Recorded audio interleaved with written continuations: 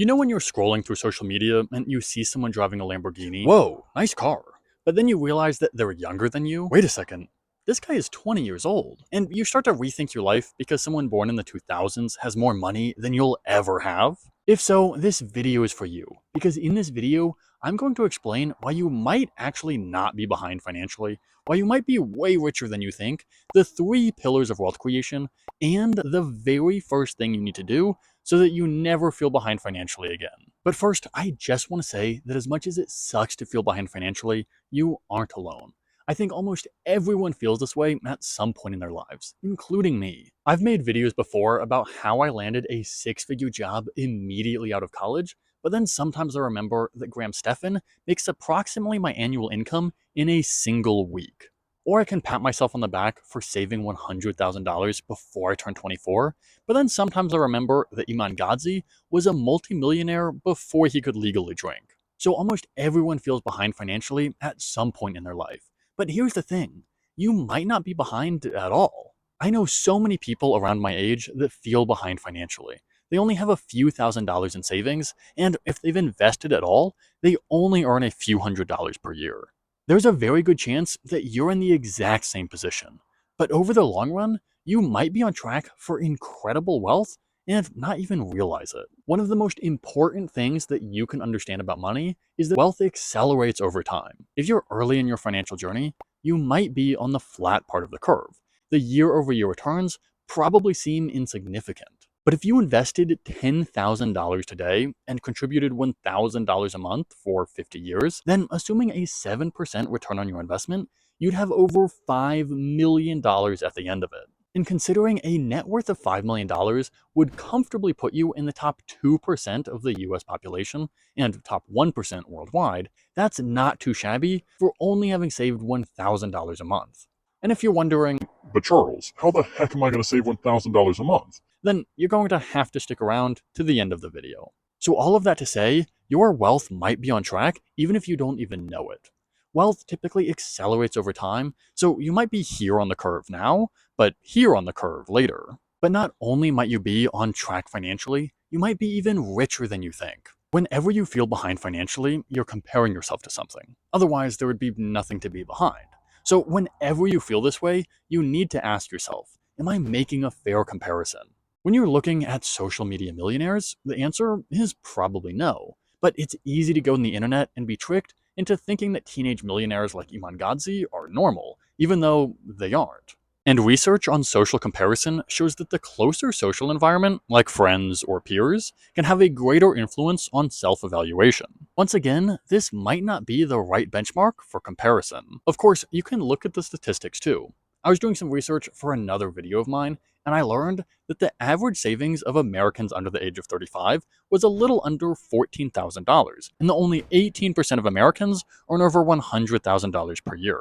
But even those numbers aren't the full story. $100,000 per year might sound like a fortune to some people, but 51% of Americans earning over $100,000 per year are still living paycheck to paycheck. I remember as a teenager, I was obsessed with wealth, and I wanted a fast car and a penthouse view to prove it. But that's when a light bulb went off for me. The wealthier that you want to look, the more money you have to spend. But the more money you save, the more money you actually have. I can't emphasize enough how important this is.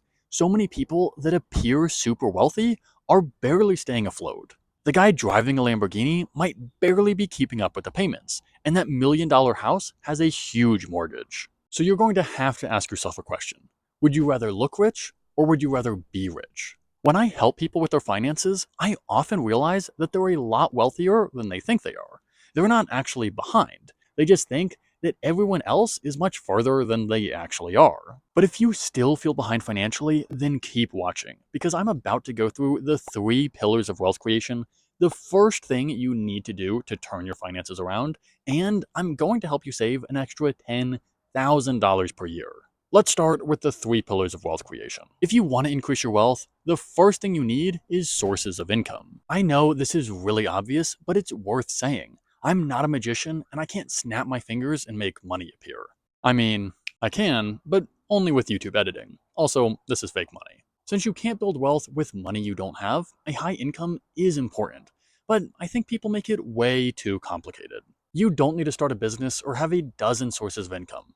Extra money doesn't hurt, but most people can build all of the wealth they need with just a regular 9 to 5. And that's actually one of the reasons that I've partnered with JobScan for so long, and the reason I relied on JobScan to land the 6-figure job that I had out of college. If you're unfamiliar with it, JobScan is a super cool software tool that scans your resume and a job description to help tailor your application to that specific position. I cannot emphasize enough just how important it is to tailor your application to the specific position you're applying for. You will never land a super competitive job if you don't do that. JobScan helps you do that and makes it extremely fast. I'll put a link in the description if you're interested. And if you're still skeptical, you can test them out for free. But as important as a high income is, it won't matter at all unless you do this next thing. Let's say you fill up a glass of water. This is your income. But then you need to pay taxes, pay rent, pay for your car, pay for food, and a bunch of other things. If you're bad with your money, you might barely have a few drops left, if that is, you're not in debt. And that's why the second pillar of wealth creation is saving. Remember, most Americans earning over $100,000 per year are still living paycheck to paycheck.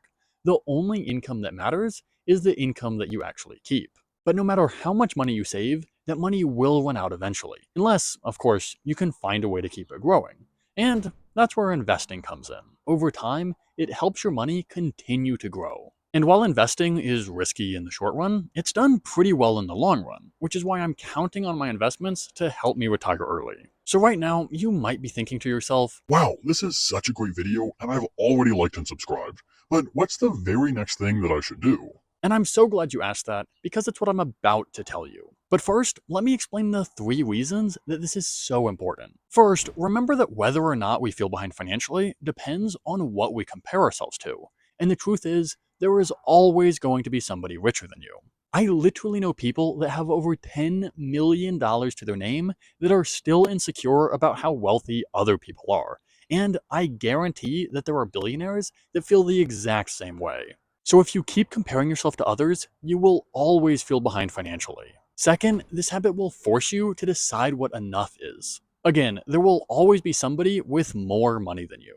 If your goal is to be wealthier than Elon Musk, then you'll never be content. You have to decide on what your real values are and where you want to be financially. And third, this habit helps you measure whether you're actually on track financially or not. Instead of comparing yourself to others, you can compare yourself to where you actually want to be. That's a much healthier benchmark. So if you haven't already figured it out, I'm talking about goal setting. By taking the time to define your own financial goals, you'll stop thinking about what other people have and start thinking about what you actually want. And then you can measure your progress against these goals to see whether you're moving in the right direction. And there are a ton of different ways to set these goals, so let me know in the comments if you'd like a dedicated video on the topic or maybe a newsletter. And I'm almost certain that if you're watching this video, you probably want to be saving more money. And if so, how does an extra $10,000 a year sound? Well, if that sounds good, I recently made a video where I went through 10 different ways that you could save an extra $1,000 per year, which you obviously need to watch next.